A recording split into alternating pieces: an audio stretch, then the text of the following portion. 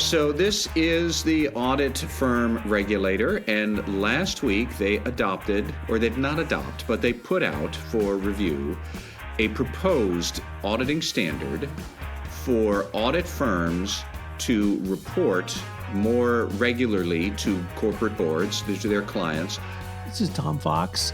Today, Matt and I take up a proposed rule change by the PCAOB in the potential creation of Audit Standard 240.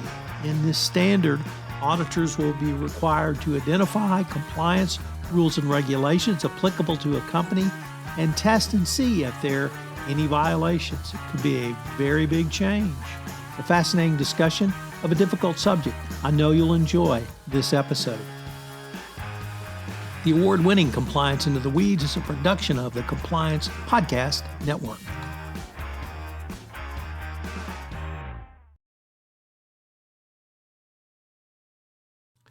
This is Tom Fox again. I'd like to tell you about an exciting new tool, the NordLocker Business.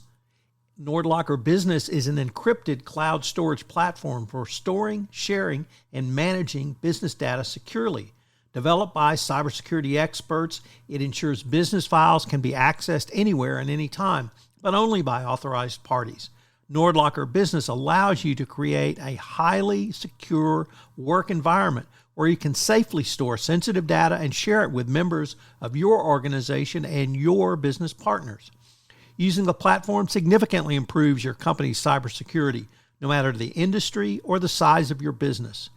The product is a tool that can help you prevent data breaches and avoid unwanted data exposure.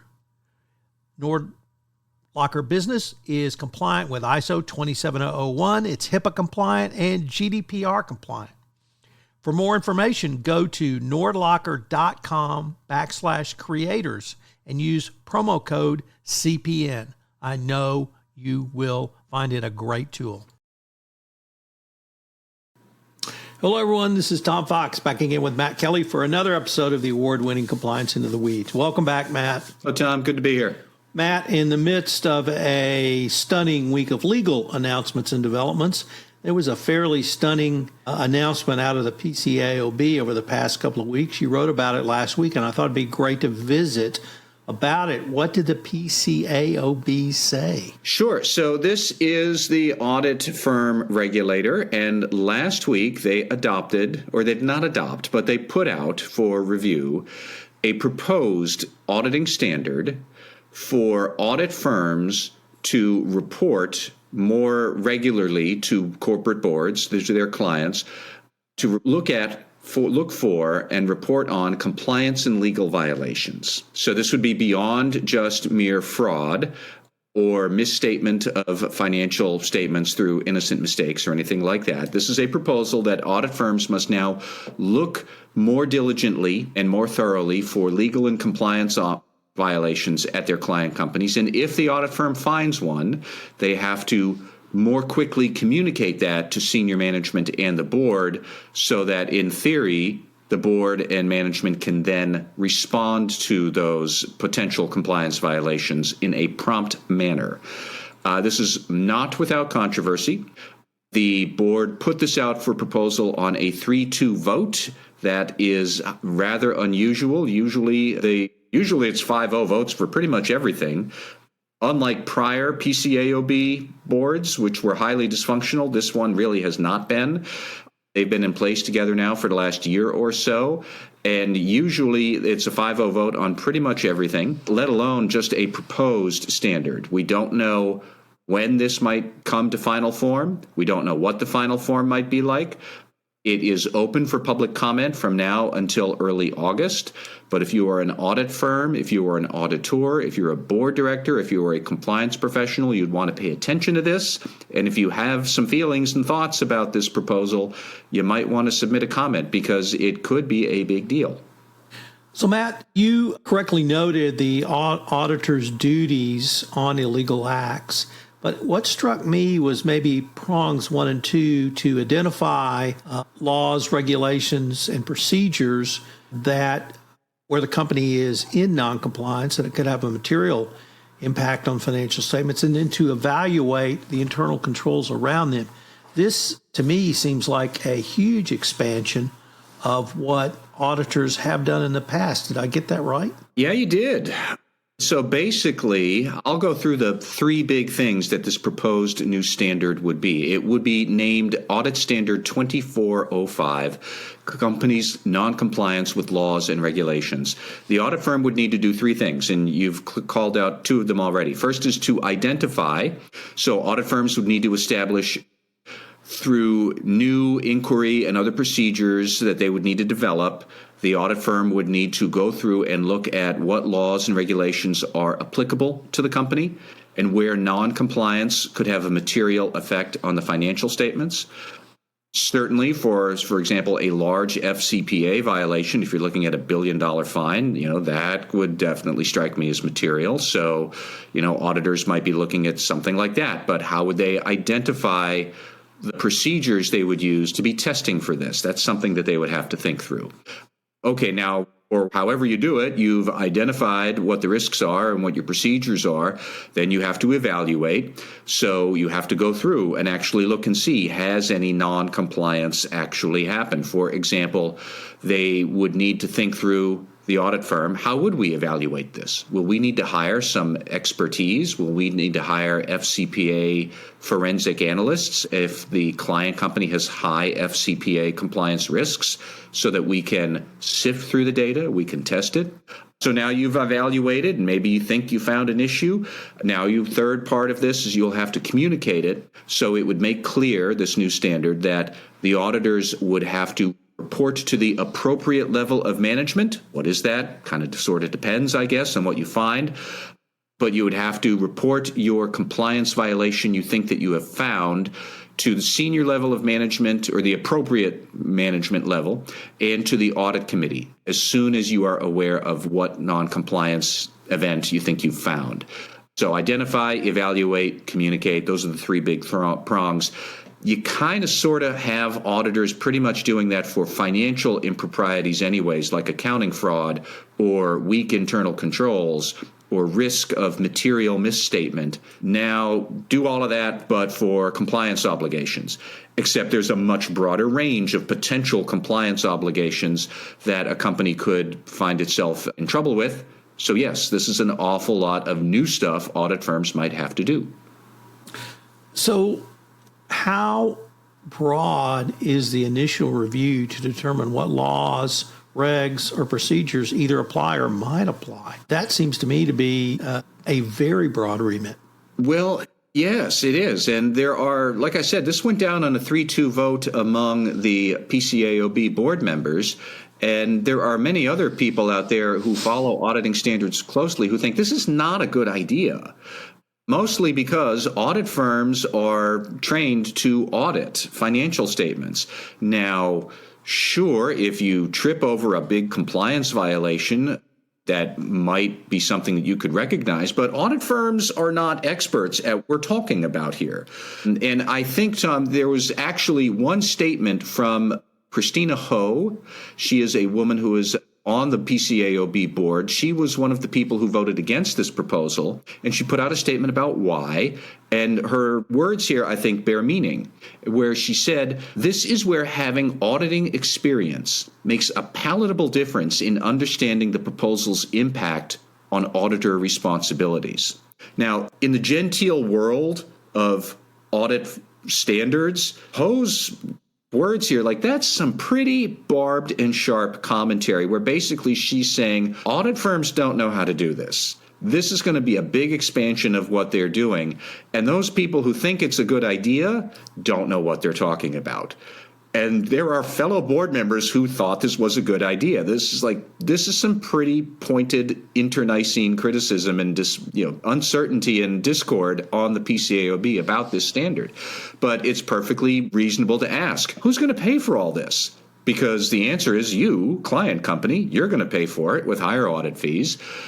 But if audit firms need to hire specialists to help them even just evaluate a potential compliance violation, not conduct any sort of full big forensic thing because you think you found one. You're going to have to hire experts just to kind of sort of feel like, I think there's something here. Let's dig even deeper. That's going to be expensive. It's going to be a big expansion of what audit firms might have to look at. It would maybe take longer for your audit to be performed, although in theory, you do have specific deadlines for annual audits to get done. So there's a lot of questions here about, is this a good idea or not? I guess you can always expand legal obligations and audit duties based upon change in facts. And if this PCAOB feels like there needs to be additional oversight and review of compliance programs from the auditor perspective as opposed to legal or compliance perspective, I find that at least a reasonable position to take. And to claim that simply because they haven't done it in the past, they can't learn how to do it in the future, I think belies the intelligence of auditors. And certainly her to say, well, Tom, you can't tell an auditor what to do because you're not an auditor. Well, of course, the oversight body can do that. I think we should distinguish between two separate threads here, that there is a difference between the audit firm looking at the compliance program and is the compliance program working or not, and the audit firm essentially acting as a shadow compliance program of its own, looking around for its own compliance violations that it might find. And I do think, yes, an audit firm could potentially look at a compliance program and see is it good, bad, or otherwise. But I don't know that they should be, setting up shop as a compliance program in exile and then sending it the bill for that as part of the audit fees. That is a different thing. On the other hand, let's go back to the 3 PCAOB board members who did vote for this. And what is the logic here? They're not wrong to point out that the whole purpose of having an audit is to support the investors and give investors assurance that the company knows what it's doing and you can trust it with its money, with your money. So now that's fair. And one person who came out in favor of the proposal was PCAOB board member Kara Stein, who was a former Securities and Exchange Commission commissioner during the Obama administration. And she basically put out her own statement calling this a return to roots for auditors, that they are supposed to be looking out for investors, finding weaknesses and deficiencies in the company of any kind, and then bringing that to the board so that the board can then turn to management and say, well, we have this issue. Do something about it. Do it now. And she gave the gift that keeps on giving, of course. She cited the example of Wells Fargo, because one of the only things I think that Wells Fargo did not screw up, and Tom, you and I have talked about this before, Wells Fargo never actually had to restate its financials. It got everything else under the sun wrong. I don't think there is a single thing Wells did not screw up in the 2010s and into the 2020s about fake account scandals and all sorts of things, billions and billions of dollars in regulatory fines. But where were the auditors? And that is a valid complaint, and people bring it up all the time. They had compliance violations from here to Bayonne, New Jersey. And yet the only thing that the auditor is, technically looking for is there material risk of misstatement of the financials? And the answer for Wells was no. It was the only thing they ever got right. So is that healthy for the investors? Does that help anybody? The bank was a mess. So maybe we should expand the duties of the audit firms and make it crystal clear to them that if you see big compliance violations, that's still a problem that you, audit firm, have to bring up to somebody, because otherwise, what are we doing here? I see Ms. Stein's point. On the other hand, I also see Ms. Ho's point that this is a dramatic expansion of what the audit firms were asking them to do. I'm not entirely sure that they know what to do. I'm going to presume that maybe the audit firms, I don't even know if they want to do this or not. I mean, on one hand, yes, it's more billable hours. What firm wouldn't like that? On the other hand, it's more responsibility. And I don't necessarily know that audit firms are fully equipped to be able to do this, especially if it does wind up being this compliance program in exile that Ms. Ho is sort of sketching out. And there's a lot on both sides to say this is a good idea and a bad idea. I don't know where I come down on it. Who's the constituency against this, Matt? I think probably the CFOs who have this sickening feeling that their audit fees are going to go up even more, which they will if this comes through. Companies aren't going to love it. I also think that internal auditors and compliance officers, I wouldn't necessarily say they're going to be against it or that this would be pitted against you, but game out how some of this would work. Under the proposed standard, the external auditor would go and ask the internal auditor, are you aware of any compliance failures or violations right now? Now, what if you, the internal auditor, say, no, I don't think so. Our compliance program seems to be fine. You can talk to the CCO. We think, everything's okay. And then the external auditor goes and finds a concern.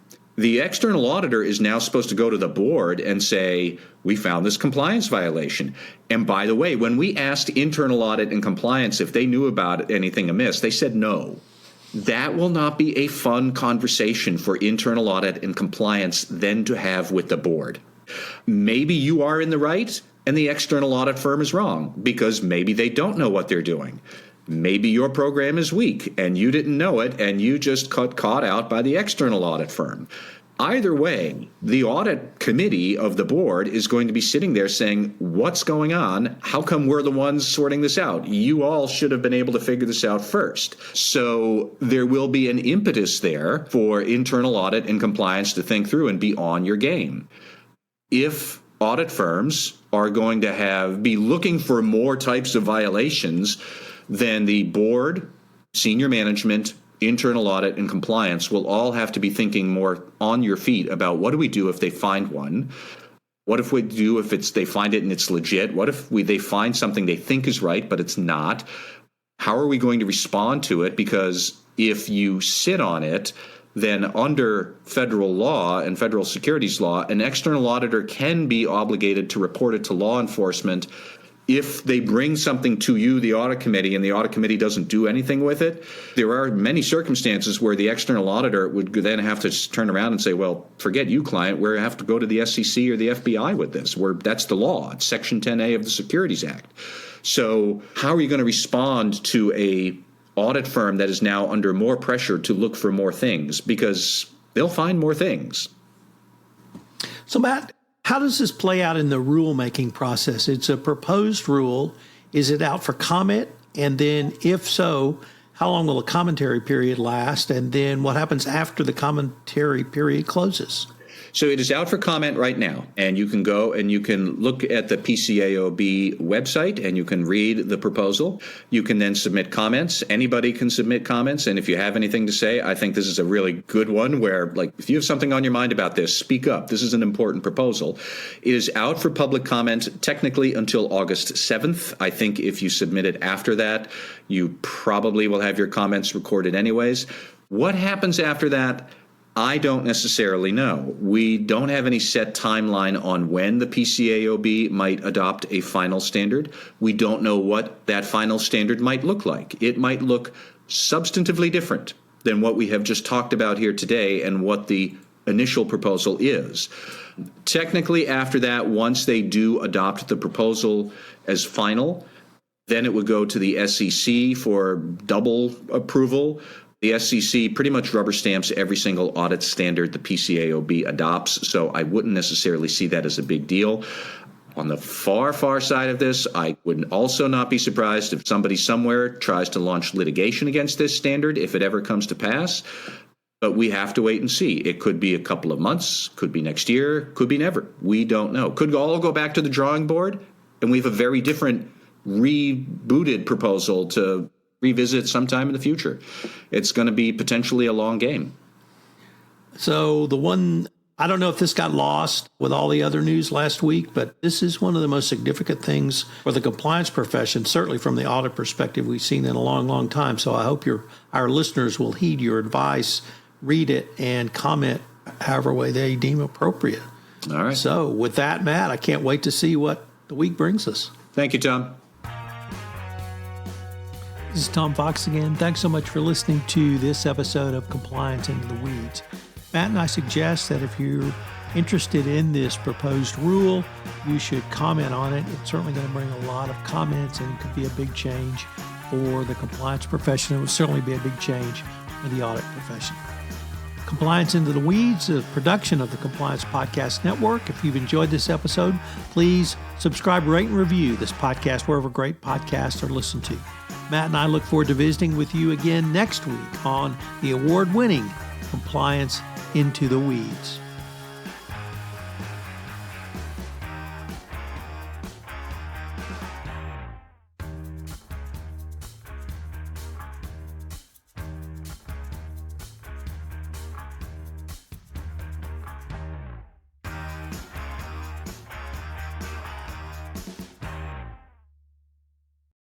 This podcast is a part of the C-Suite Radio Network.